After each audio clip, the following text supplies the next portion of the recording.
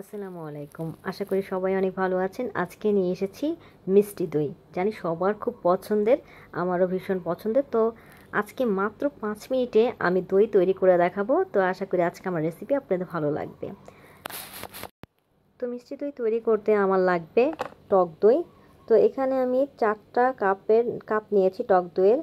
আর এগুলো যেহেতু একটু পাতলা, এর ভিতরে একটু পানি বেশি থাকে, তো আমি এর জন্য 4টা নিয়েছি। আপনারা চাইলে কিন্তু 3টা নিলেও হবে, সেক্ষেত্রেও কিন্তু দইটা বসে যায়। আর যে কোনো ব্র্যান্ডের ভালো মানের টক দই নিতে চেষ্টা করবেন। আর এখানে নিয়েছি কনডেন্স মিল্ক। আমার কনডেন্স মিল্ক পুরোটা লাগবে না, আমি 3 ভাগের 2 ভাগ দিব আর 1 ভাগ রেখে দিব। আর নিয়েছি এভাপোরেটেড মিল্ক।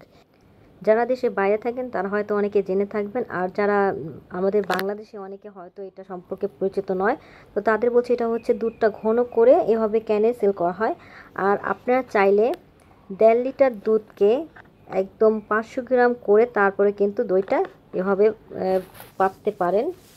তো আমি এখানে ক্যানের মুখাগুলো খুলে নিয়েছি, আর হচ্ছে দইটাকে পানি ছেঁকে নিয়েছি। এরকম 2 বাটি পরিমাণ পানি কিন্তু বের হয়েছে, আমি সেগুলো ফেলে দিয়েছি। এভাবে ছেঁকে নিয়ে তারপর দইটা পাতলে কিন্তু সবচেয়ে বেশি ভালো হয়। তো চেষ্টা করবেন এভাবে পানিটা ছেঁকে ফেলে দিয়ে তারপর দইটা পাততে। এরপর এই টক দইটা আমি একটা হ্যান্ড বিটারের সাহায্যে বিট করে নিচ্ছি। এতে করে কিন্তু খুব সহজেই আমি এই দুধের সাথে মিশাতে পারবো। দেখুন আমার এটা কিন্তু খুব স্মুথলি বিট করা হয়ে গিয়েছে। এখন আমি এর মধ্যে এভাপোরেটেড মিল্কটা সম্পূর্ণটা দিয়ে দিচ্ছি। দিয়ে এখন এটা ভালো মতো আবারও মিশিয়ে নিচ্ছি। এটা ভালো মতো মেশানো হয়ে গেলে আমি এর মধ্যে এখন দিয়ে দিচ্ছি কনডেন্স মিল্ক। আর কনডেন্স মিল্কটা আসলে যে যেমন মিষ্টি খেতে পছন্দ করেন, আপনারা যদি মিষ্টি একটু বেশি খেতে পছন্দ করেন তাহলে পুরোটাই দিয়ে দিবেন। আর আমার মিষ্টিটা অত বেশি পছন্দ না, তো এর জন্য আমি 1 ভাগ রেখে দিয়েছি আর 2 ভাগের মতো এর মধ্যে দিয়ে দিয়েছি। এখন এটা ভালো মতো মিশিয়ে নিয়েছি। আমি দই বসানোর জন্য এখানে নিয়েছি মাটির পাত্র একটা, আর নিয়েছি কাপকেকের যে মোল্ড আছে সেটা আমি নিয়েছি 4টা। তো এগুলোতেই আমি বসাবো। আর যে কোনো পাত্রে কিন্তু দইটা বসাতে পারবেন, কোনো সমস্যা হবে না। শুধু যে মাটির পাত্রতেই দই বসালে দই বসবে এরকম না, যে কোনো পাত্রে কিন্তু আপনি বসাতে পারবেন। ওভেন প্রুফ এরকম কোনো বাটি নিলেই হবে। তো আমি সবগুলোতে কিন্তু দইটা ঢেলে নিয়েছি। এখন আমি এটা ওভেনে দিব। তো প্রথমে আমি মাটির পাত্রটা ওভেনে দিয়ে এটা বসিয়ে নিচ্ছি। তো দেখুন এটা আমি 5 মিনিটের মতো ওভেনটা প্রিহিট করে নিয়েছিলাম। তো এখন আমি এর মধ্যে দইটা দিয়ে দিচ্ছি।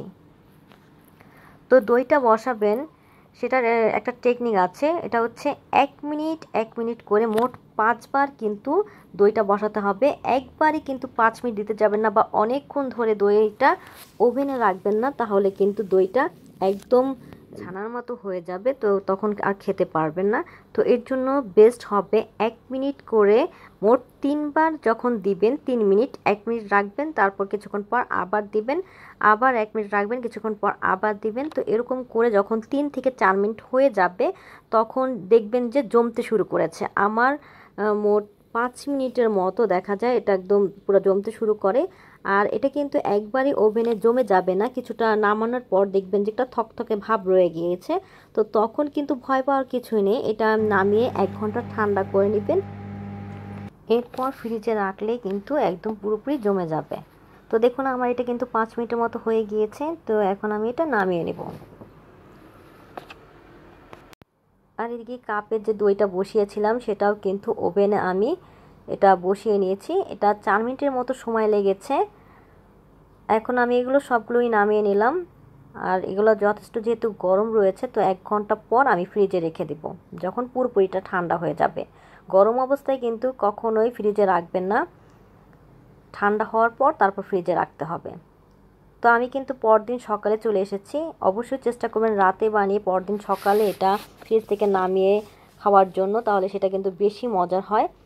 তো দেখুন এটা কত সুন্দরভাবে বসে গিয়েছে। আর আমি কাপে যেই দইটা পেতেছি সেটাও দেখুন খুব সুন্দর কিন্তু বসে গিয়েছে। আপনার যে কোনো পাত্রেই কিন্তু দই বসাতে পারবেন, কোনো রকম সমস্যা নেই। মাটির পাত্রেই যে বসাতে হবে এরকম কোনো কথা নেই। মাটির পাত্রের দইটা আমি এখন একটু চামচ দিয়ে কেটে দেখিয়ে দিচ্ছি। তো দেখুন কত সুন্দরভাবে দইটা কিন্তু জমে গিয়েছে।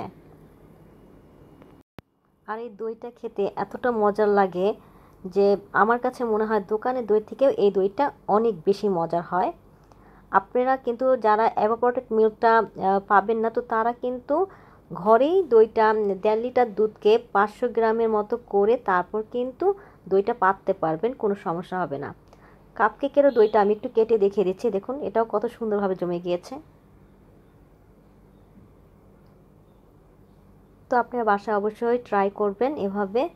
আর আজকে আমার রেসিপি যদি আপনাদের ভালো লাগে তাহলে প্লিজ আমার চ্যানেলটি সাবস্ক্রাইব করবেন, লাইক কমেন্ট শেয়ার করে পাশে থাকবেন। আপনাদের দোয়া এবং ভালোবাসা আমাকে অনেক দূর এগিয়ে নিতে সাহায্য করবে। আজকে এই পর্যন্ত, সবাই অনেক অনেক ভালো থাকবেন। আল্লাহ হাফেজ।